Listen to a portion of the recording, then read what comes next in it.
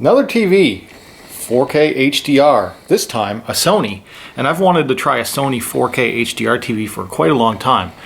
This is the 49 X800E. This is the 2017 model. It's kind of their mid-range 4K television, so this one does do full HDR10, as well as it does have wide color. The last one that I showed was a sharp 4K TV that would decode HDR, but it wouldn't really display the wide color.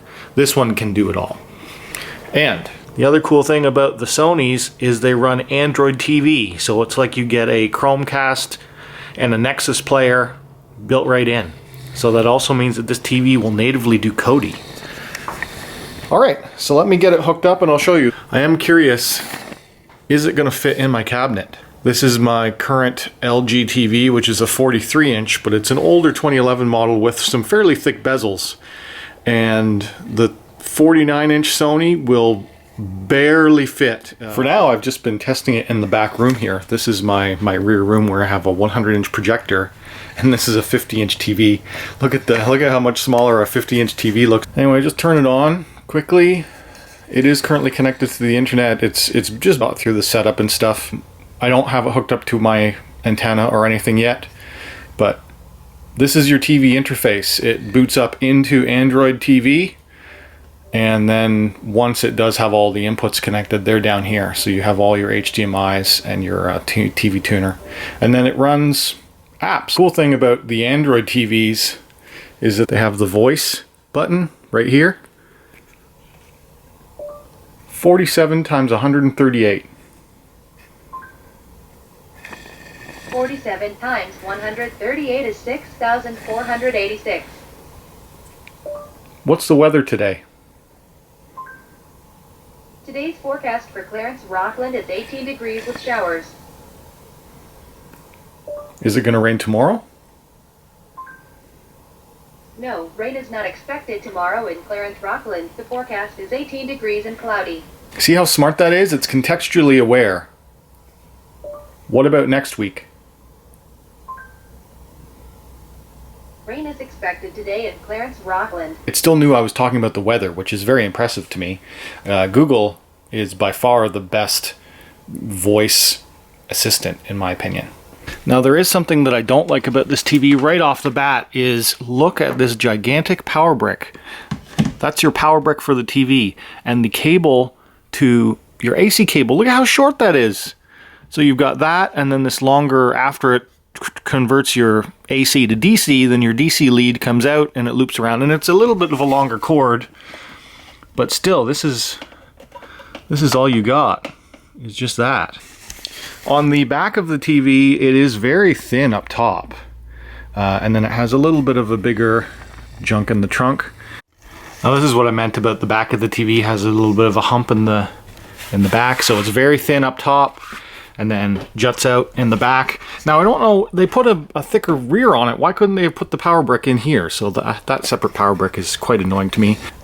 You still get some analog inputs with this TV.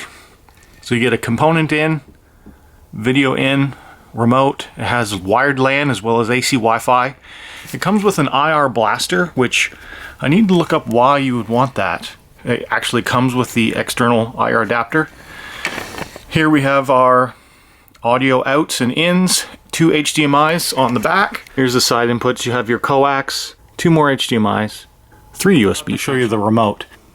I don't like how big and non-ergonomic it is. It's just a big slab of rectangle, and the button placements are kind of just not great. Home is here, back is here. You get used to that pretty quick.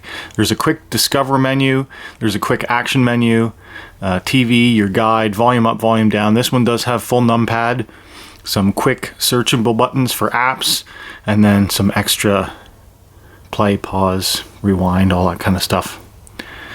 Very common to what Sony remotes are usually like, but I just tried that Roku TV, and I'm also used to a Harmony, and this feels like a bit of a step backwards, but I will have to use this because it has the microphone. This is a mix of IR and Bluetooth as far as I know.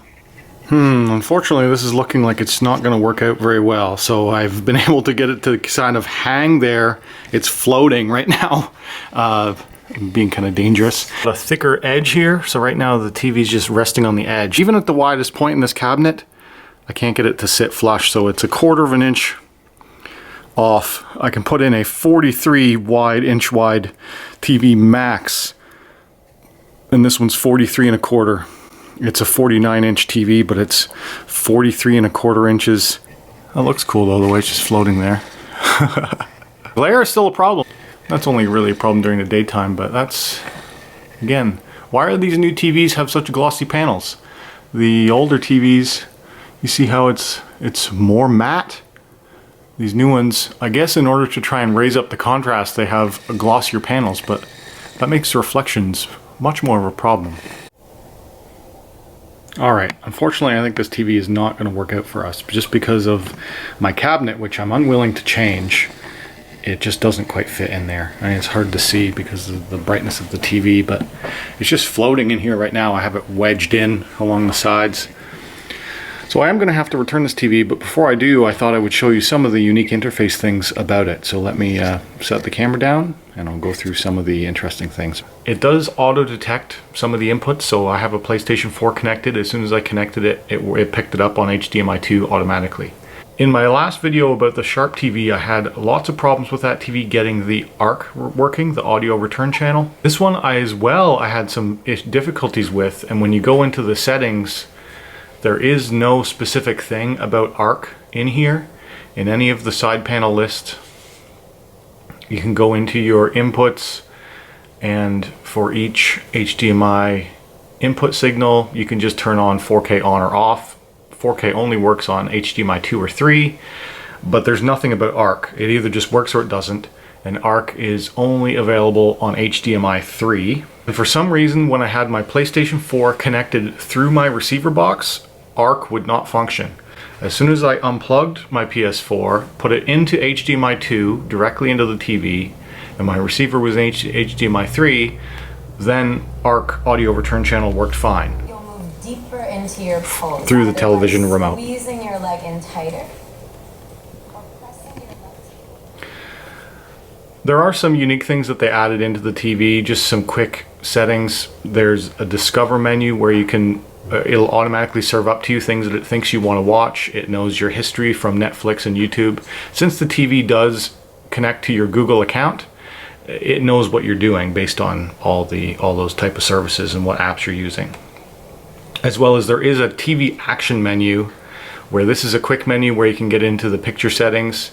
And I just want to show you some of the picture adjustments. TV does have some motion settings, which I have turned off. It does have the Sony XBR motion flow as well as Cinemotion. That gives it a very heavy soap opera effect, which I do not like. So I have turned the motion compensation off. But in the clarity menu, there is something called reality creation, where I'm not sure if it's an upscaler or a noise reduction filter or both, but there is a manual slider. I found that reality creation on auto makes it look quite nice, and there's also some other automatic sharpening and noise reduction options in the TV. This is a fairly well calibrated TV out of the factory. If you look on the RTINGS website ratings, they go through a professional calibration, and they tweaked very little on this TV. So out of the box, it's very good. There's only a couple little things you might want to change related to the motion flow, and other than that, it's very good. And it's running Android version 7 with security patch July 1st. I don't know how often these TVs get updated. It's almost like buying a phone, where you don't exactly know what Android updates you're going to get.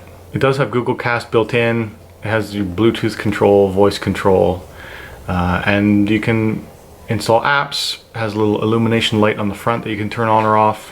We do use over-the-air HD, and there's a dedicated guide button on the remote control, and it pulls up a full guide of programming.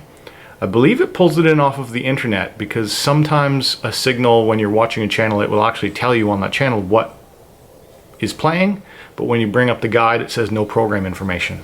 So it's a little bit inconsistent in that respect. There's also some unique little shortcuts, like if you hold down the home button, it goes into a multitasking window, and you can multitask. It's like pressing the multiple apps button on your phone. And there is also a way to get a picture-in-picture to work as well. So I just loaded up YouTube, and now let me jump out of YouTube and go to Netflix. I'll show you how quickly you can switch between apps. That was almost instant. Now we're in Netflix. Now I'll hit home, and we'll jump to YouTube.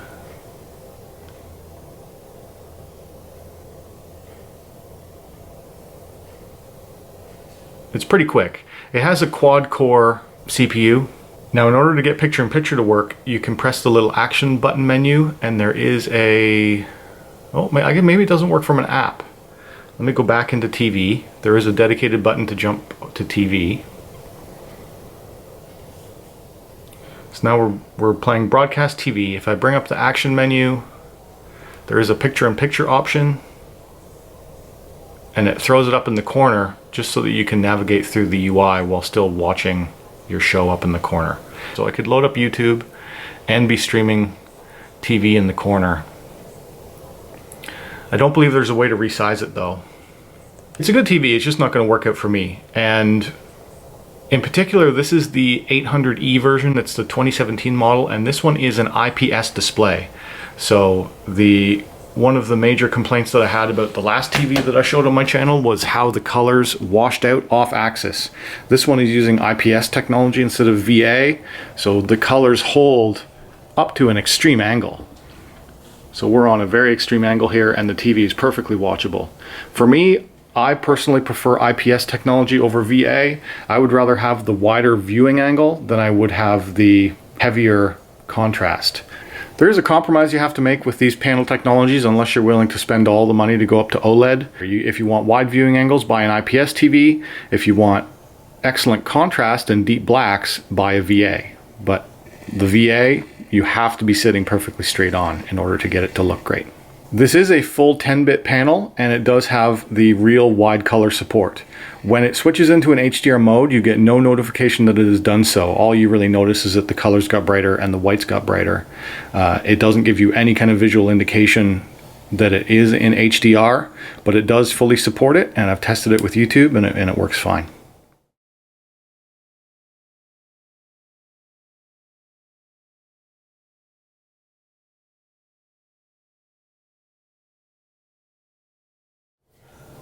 Overall, I would recommend this TV, especially if you are kind of a techie. You like that it has Android, because you can run all the apps, you can run your Kodi, you can program your add-ons. You can make this TV do pretty much everything that you would want. It's a pretty good buy. If you're interested, take a look. I'll put a link in the description. Thanks a lot.